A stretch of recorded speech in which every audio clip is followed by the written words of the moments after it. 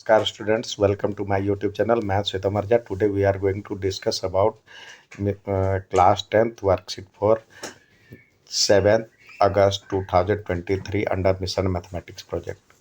Today our topic is question based on consistency and inconsistency. तो देखिए consistency और inconsistency से को करने से पहले आपको ये जानकारी होनी चाहिए। जब a1/a2 तीन कंडीशन a1/a2 और b1/b2 बराबर नहीं होता है तो इसमें वैल्यू निकलता है, यूनिक सॉल्यूशन होता है, यूनिक सॉल्यूशन होता है। और दूसरा होता है जब a1/a2 is equal to b1/b2 और इज इक्वल टू c1/c2 होता है तो मेनी सॉल्यूशन निकलता है। जब ये दोनों होता है तो इसको कहते हैं कंसिस्टेंसी।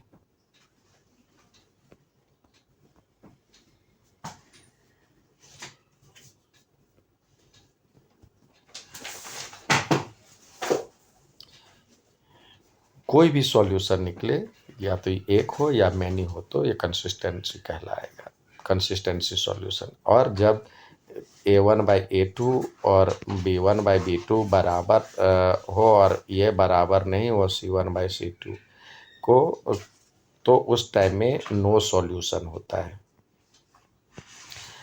और जब नो सॉल्यूशन होगा तो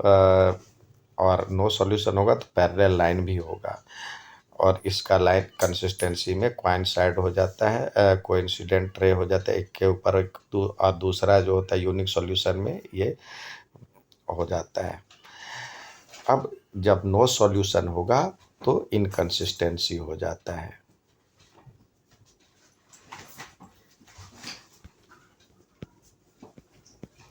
हम इसी पे आधारित प्रश्न पूछेंगे। ये अब पेपर में अक्सर आता है सवाल और ऑब्जेक्टिव टाइप में 1 नंबर का सवाल आता है। तो आइए इसको करें। यहाँ पे सवाल है फॉर व्हाट वैल्यू ऑफ के of the given system of equation has unique solution. तो ये सवाल है, उसमें यूनिक सॉल्यूशन कह रहा है। तो अब आपके पास 5 सवाल देख लीजिए। 5x इक्वेशन क्या है, 5x + 3y = 22 है। दूसरा है kx + y = 6। जहाँ पे आपको नंबर ना दिखे वहाँ पे 1 डाल दीजिए तो सहूलियत हो जाती है।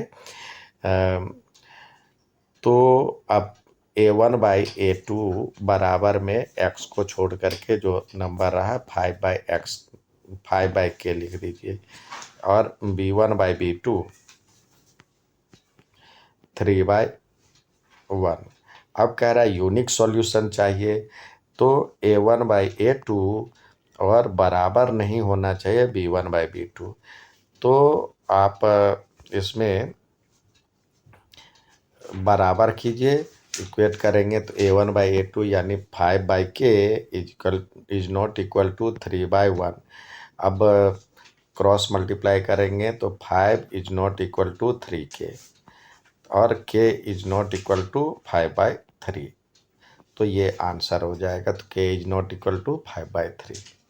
दूसरा देखते हैं, कह रहा है whether the given system of equation is consistent और इनकंसिस्टेंट। तो सवाल आपके पास है x - 3y = 12 और दूसरा है 3x - 9y = 6। तो यहाँ भी आपको नंबर नहीं दिख रहा है कुछ तो 1 डाल दिए।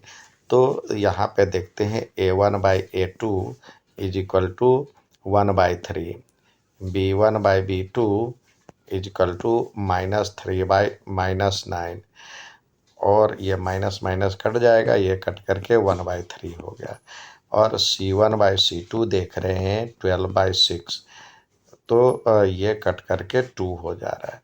तो हम यहाँ पे क्या देख रहे हैं, ये देख रहे हैं a1/a2 is equal to b1/b2 है, यह दोनों 1/3 है और is not equal to c1/c2 है।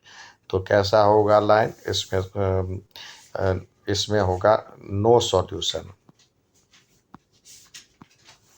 That means inconsistent.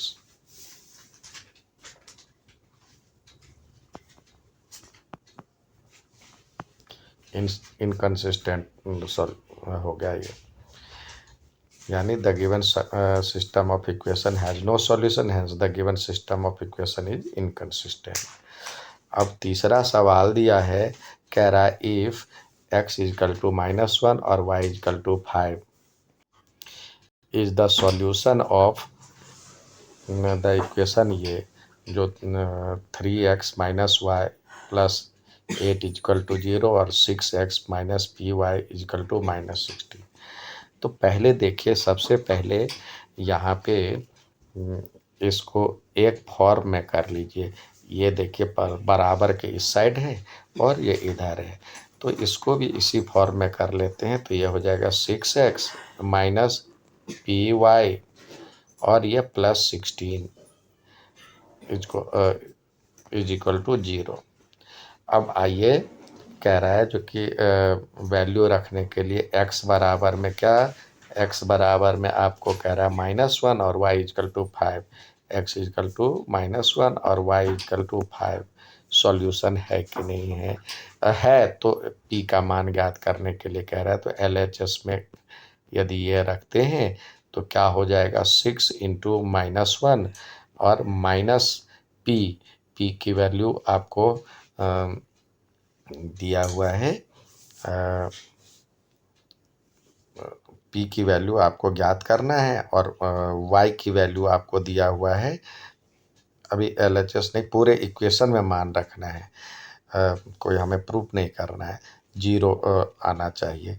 और p इंटू वाई की वैल्यू 5 है +16 इजकल टू 0 होना चाहिए।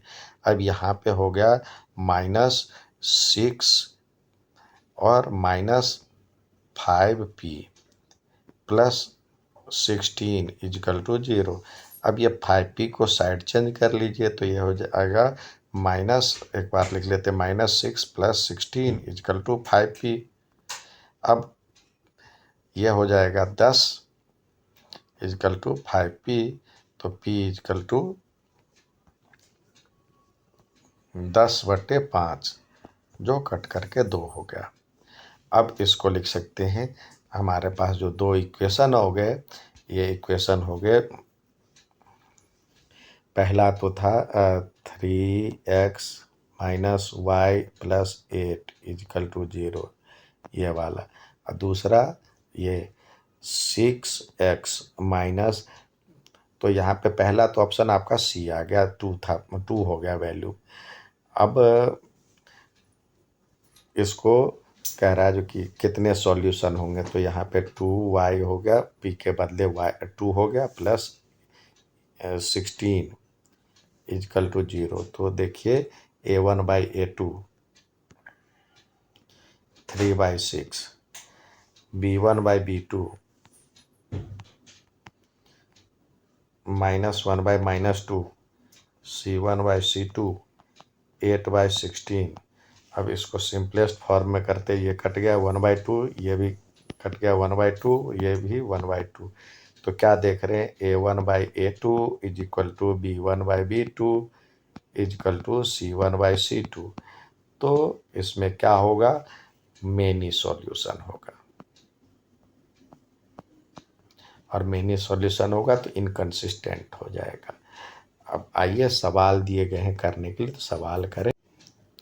यहाँ पे सवाल दिया है, check if the line represented by this and this are parallel. तो यहाँ पे देखिए, दोनों इक्वेशन लिख लीजिए, 3x minus y minus 5 is equal to 0 है। दूसरा है 6x minus 2y minus p is equal to 0। अब देखिए, जहाँ पे x और या y अकेला हो तो वहाँ पे नंबर लिख लीजिए आप अपनी सहूलियत के लिए।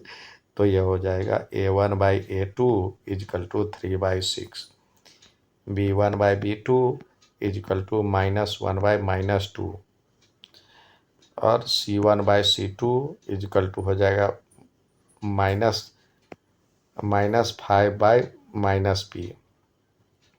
अब ये कट करके तो 1/2 हो गया, ये भी कट करके 1/2 हो गया, ये